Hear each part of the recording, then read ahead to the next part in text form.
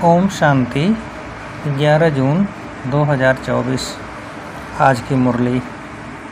मीठे बच्चे, अब तुम्हें संपूर्ण बनना है, क्योंकि वापस घर जाना है और फिर पावन दुनिया में आना है।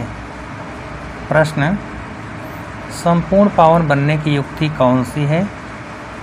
उत्तर: संपूर्ण पावन बनना है तो पूरा बेघर बनो, देह सहित सब संबंधों को भूलो और मुझे याद करो, तब पावन बनेंगे। अब तुम इन आँखों से जो कुछ देखते हो, यह सब विनाश होना है। इसलिए धन संपत्ति वैभव आदि सब भूल बेघर बनो। ऐसे बेघर ही प्रिंस बनते हैं। ओम शांति। मीठे मीठे रूहानी बच्चों प्रति रूहानी बाप समझा रहे हैं। बच्चे या तो अच्छी रीति समझते हैं कि शुरू में आत्माएं सब पवित्र रहती हैं, हमें ही पावन थे। पतित और पावन यह आत्मा के लिए ही कहा जाता है। आत्मा पावन है तो सुख है।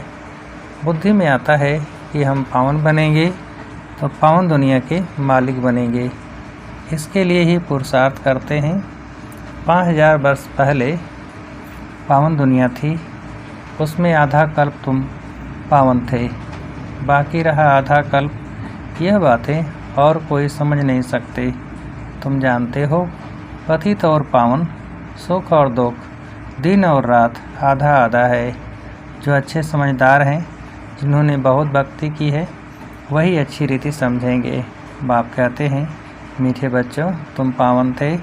नई दुनिया में सिर्फ तुम ही थे, बाकी जो इतने सब हैं वह शांति धाम में थे।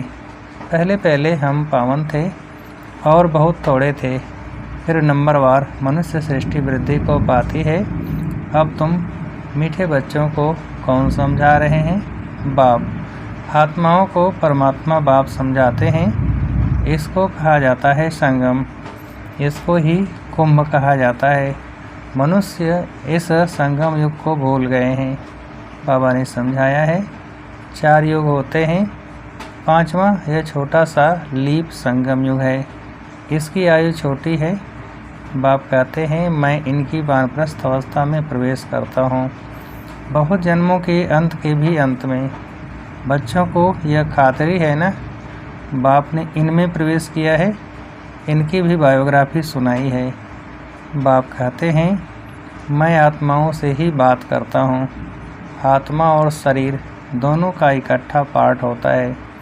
इनको कहा जाता है जीवात्मा। पवित्र जीवात्मा, अपवित्र जीवात्मा। तुम बच्चों की बुद्धि में है कि सतयुग में बहुत थोड़े देवी देवता होते हैं। फिर अपने लिए ही कहेंगे, हम जीवात्मा जो सतयुग में पावन थी, वह फिर 84 जन्मों के बाद पतित बनी है। पतित से पावन, पावन से पतित, यह चक्र फिरता ही रहता है। याद भी उस पतित पावन बाप को कहते हैं। तो हर 5000 वर्ष बाद बाबा एक ही बार आते हैं, आकर स्वर्ग की स्थापना करते हैं। भगवान एक है, जरूर वही पुरानी दुनिया को नया बनाएंगे। फिर नए को पुराना कौन बनाता है? रावण। क्योंकि रावण ही देह अभिमानी बनाते हैं। दुश्मन को जलाया जाता है, मित्र को नहीं जलाया जाता है। सर्व का मित्र एक ही बाप है, जो सर्व की सद्गति करते हैं। उनको सब याद करते हैं, क्योंकि वह है ही सबको सुख देने वाला। तो ज़रूर दुख देने वाला भी कोई होगा। वह है 5 विकारों रूपी रावण। आधा कल्प राम राज्य, आधा कल्प रावण राज्य। स्वास्तिका निकालते हैं ना, इसका भी अर्थ बाप समझाते हैं। इसमें पूरा चौथा होता है, जरा भी कम जास्ती नहीं। यह ड्रामा बड़ा एक्यूरेट है। कोई समझते हैं हम इस ड्रामा से निकल जाएं, बहुत दुखी हैं। इससे तो जाकर ज्योति ज्योत समाएं, वह ब्रह्म में लीन हो जाएं। लेकिन कोई भी जा नहीं सकता। क्या क्या ख्यालात करते हैं। भक्ति मार्ग में प्रयत्न भी भिन्न भिन्न करते हैं।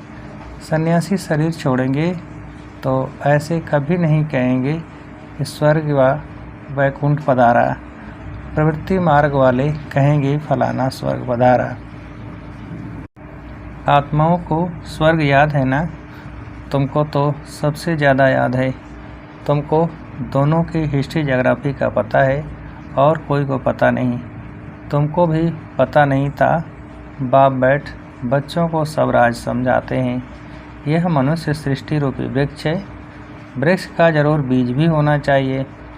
बाप ही समझाते हैं पावन दुनिया कैसे बनती पतित बनती है, फिर मैं पावन बनाता हूँ। पावन दुनिया को कहा जाता है स्वर्ग। स्वर्ग पास्ट हो गया, फिर ज़रूर रिपीट होना है, इसलिए कहा जाता है वर्ल्ड की हिस्ट्री रिपीट होती है। अर्थात वर्ल्ड ही पुरानी से नई, नई से पुरानी होती है। रिपीट माना ही ड्रामा है। ड्रामा अक्षर बहुत अच्छा है, शोभता है। चक्र हूबहू फिरता ही रहता है। ड्रामा नाटक को हूबहू नहीं कहा जाता। कोई बीमार हो पड़ते हैं तो छुट्टी ले लेते हैं। तो तुम बच्चों की बुद्धि में है हम पूज्य देवता थे फिर पुजारी बने। बाप आकर पतित से पावन बनने की युक्ति बताते हैं, जो कि 5000 वर्ष पहले बताई थी। सिर्फ कहते हैं बच्चों मुझे याद करो।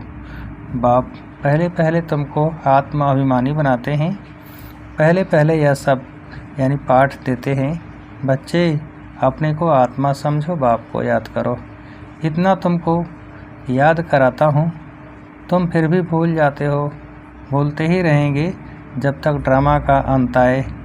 अंत में जब विनाश का समय होगा तब पढ़ाई पूरी होगी, फिर तुम शरीर छोड़ देंगे। जैसे सर्प भी एक पुरानी खाल छोड़ देते हैं ना, तो बाप भी समझाते हैं तुम जब बैठते हो अथवा चलते फिरते हो देही अभिमानी होकर रहो। आगे तुमको देह अभिमान था, अब बाप कहते हैं आत्म अभिमानी बनो। देह अभिमान में आने से तुमको 5 विकार पकड़ लेते हैं। आत्म अभिमानी बनने से कोई विकार पकड़ेगा नहीं। देही अभिमानी बन बाप को बहुत प्यार से याद करना है। आत्माओं को परमात्मा बाप का प्यार मिलता है इस संगम युग पर। इसको कल्याणकारी संगम कहा जाता है, जबकि बाप और बच्चे आकर मिलते हैं। तुम आत्माएं भी शरीर में हो, बाप भी शरीर में आकर तुमको आत्मा निश्चय कराते हैं। बाप एक ही बार आते हैं, जबकि सभी को वापस ले जाना है। समझाते भी हैं हम तुमको कैसे वापस ले जाएंगे। तुम कहते भी हो हम सभी पतित हैं, आप पावन हो। आप आकर हमको पावन बनाओ। तुम बच्चों को पता नहीं है कि बाबा कैसे पावन बनाएंगे। जब तक बनावे नहीं तब तक क्या जाने। यह भी तुम समझते हो आत्मा छोटा सितारा है, बाप भी छोटा सितारा है, परंतु वह ज्ञान का सागर शांति का सागर है। तुमको भी आप समान बनाते हैं। यह ज्ञान तुम बच्चों को है जो तुम फिर सबको समझाते हो। फिर सतयुग में जब तुम होंगे तो यह ज्ञान सुनाएंगे क्या? नहीं, ज्ञान सागर बाप तो एक ही है जो तुमको अभी ही पढ़ाते हैं। जीवन कहानी तो सबकी चाहिए ना, वह बाप सुनाते ही रहते हैं, परंतु तुम घड़ी घड़ी भूल जाते हो।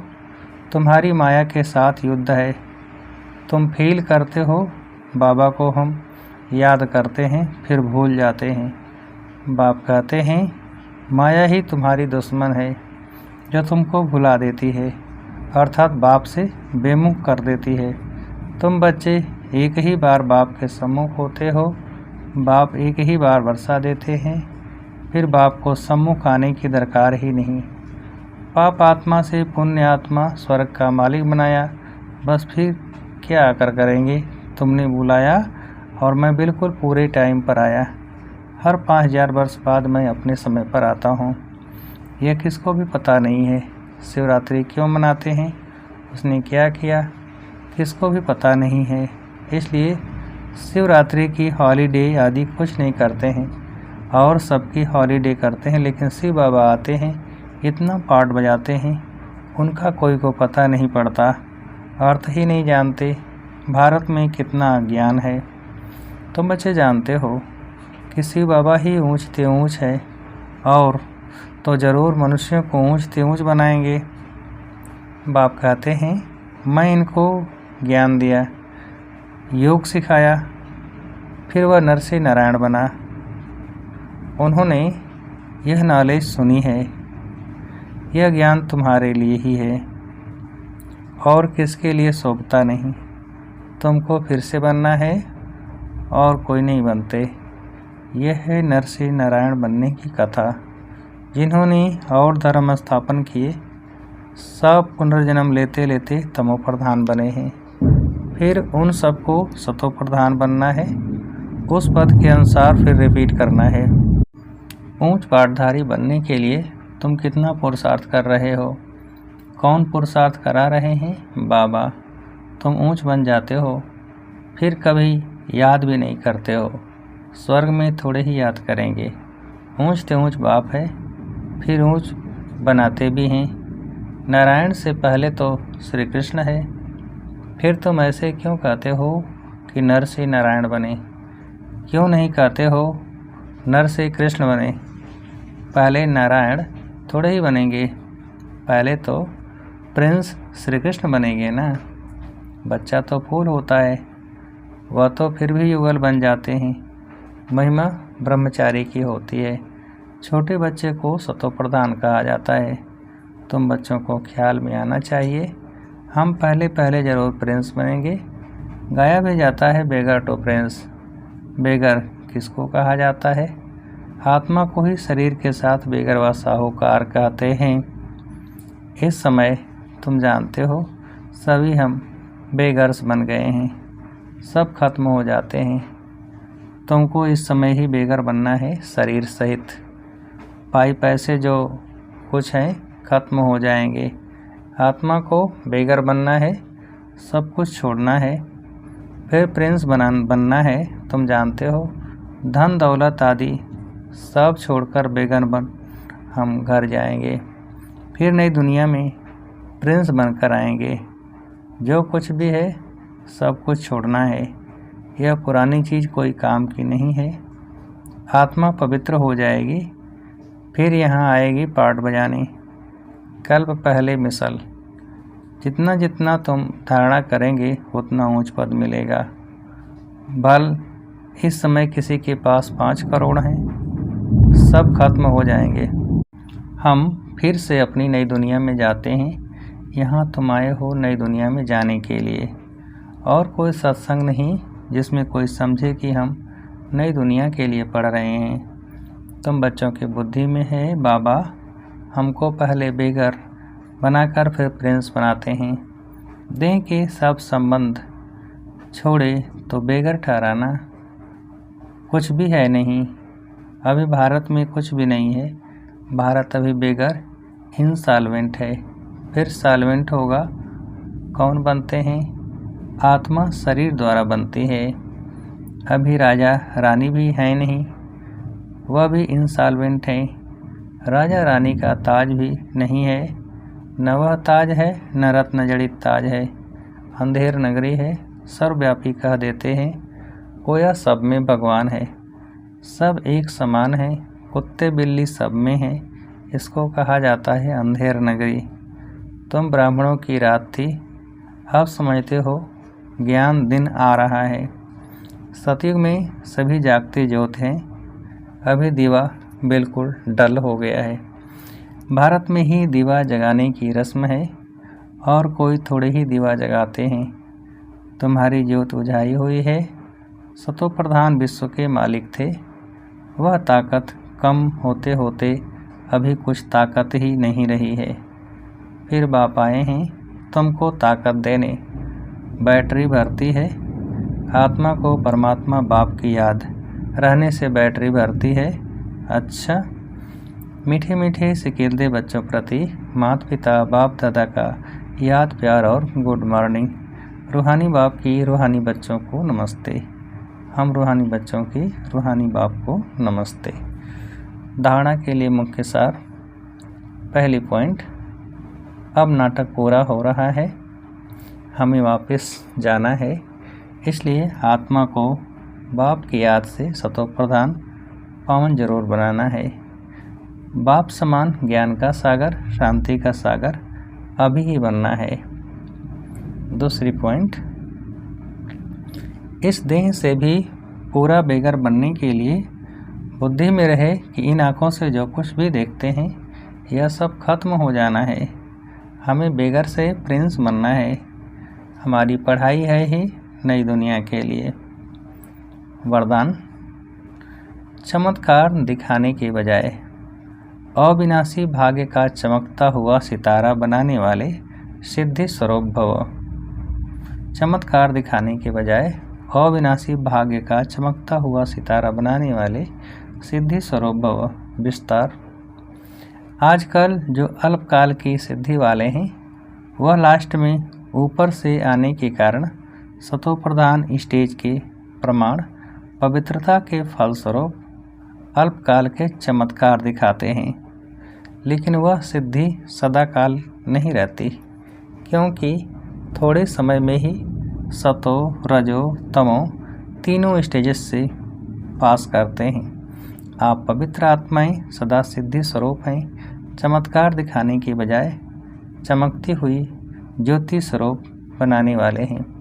अविनाशी भाग्य का चमकता हुआ सितारा बनाने वाले हैं। इसलिए सब आपके पास ही अंजलि लेने आएंगे। स्लोगन: बेहद की वैराग्य वृत्ति का वायुमंडल हो तो सहयोगी सहजयोगी बन जाएंगे। बेहद की वैराग्य वृत्ति का वायुमंडल हो तो सहयोगी सहजयोगी बन जाएंगे। अच्छा, ओम शांति।